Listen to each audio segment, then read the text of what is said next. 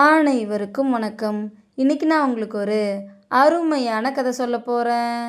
முன்னொரு கோடை காலத்தில் நீர் பற்றாக்குறையால் காட்டில் வாழ்ந்த விலங்குகள் எல்லாம் பக்கத்து காட்டுக்கு போக வேண்டிய நிலைமை ஏற்பட்டுச்சான்.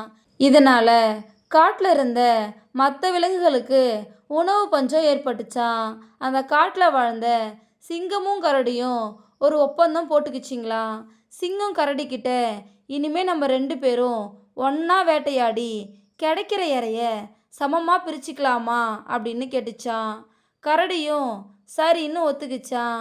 ஒரு நாள் சிங்கமும் கரடியும் வேட்டைக்கு போகும்போது கால் உடைஞ்ச மான்குட்டி ஒன்று வழியில் உக்காந்துருக்கிறத பார்த்துச்சிங்களாம். சிங்கமும் கரடியும் ரொம்ப சந்தோஷமாக ஆச்சுங்களாம். ஏன்னா ரெண்டும் சாப்பிட்டு 2 நாளுக்கு மேலே ஆயிடுச்சான். சிங்கம் உடனே மானோட வயிற்று பகுதி எனக்கு தான் அப்படின்னு சொல்லிச்சான்.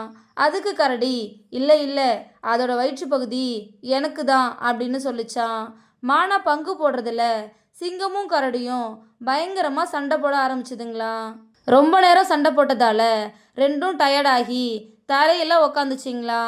அப்போது கொஞ்ச தூரத்தில் இருந்து இவங்களோட சண்டையை பார்த்துட்டு இருந்த ஒரு நரி ஓடி வந்து அங்கிருந்த மானை தூக்கிக்கிட்டு ஓடிச்சான்.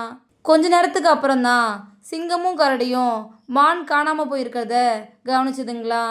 வேட்டையில் கிடைச்ச உணவை நல்ல முறையில் பங்கு போட்டுக்காம வீணாக சண்டை போட்டு கிடைச்ச உணவை இழந்துட்டோமே அப்படின்னு ரெண்டும் ரொம்ப வருத்தப்பட்டுச்சிங்களா. இதோட இந்த கதை முடிஞ்சிருச்சு. வீண் சண்டை எப்போதுமே துன்பம்தான் தரும். அதை தான் இந்த கதை நமக்கு சொல்லுது.